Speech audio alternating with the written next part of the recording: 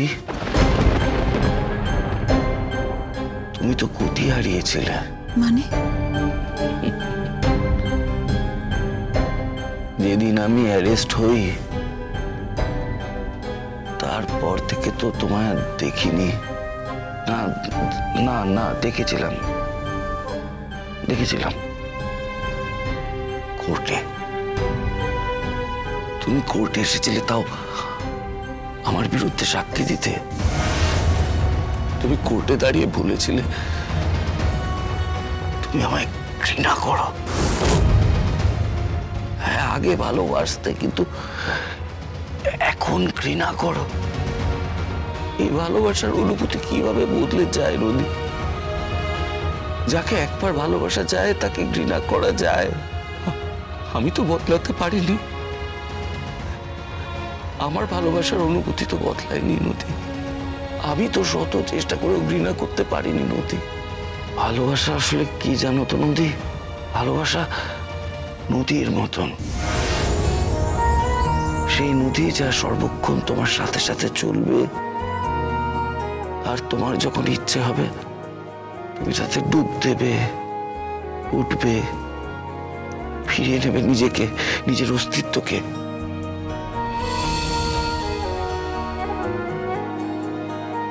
কেন কেন এসেছো তুমি নদী লাহিড়ী? কেন? আমার বিয়ে ঠিক হয়ে গেছে।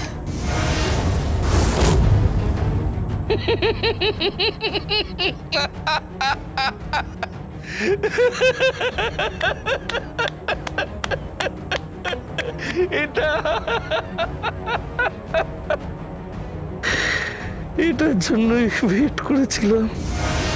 নদীর বিয়ে হবে, বর হবে, বাচ্চা হবে। আচ্ছা নদী, তুমি তোমার বরকে কি বলবে?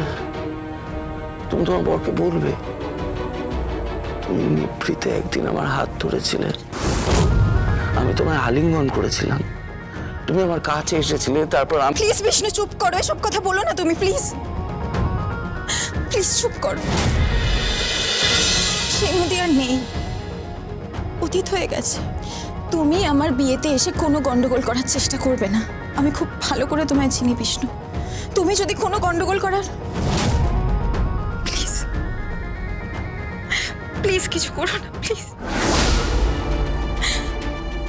আমি বিয়েটা করতে চাই না বিষ্ণু, আমার পরিবারের লোক জোর করে আমাকে বিয়েটা দিচ্ছে। তারা চাইছে আমি যত তাড়াতাড়ি সম্ভব তোমাকে ভুলে যেতে পারি, আর তাই আরেকটা পুরুষকে আমার জীবনে এনে আরেকটা ভালোবাসার জ্ঞান। সব জানা আছে, সব জানা আছে।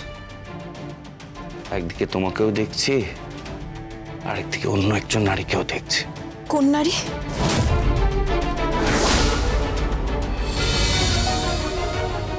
ছাড়ুন, কেউ চলে আসবে। ছাড়া তো যাবে না, সারাক্ষণ শুধু টোটো করে ঘুরে বেড়াচ্ছ, একটু তো বরকে সময় দিতে হবে, তাই না? গীতা LLB সোম থেকে রবি প্রতিদিন সন্ধ্যে 6:30টায় স্টার জলসায় ও জিও হটস্টারে।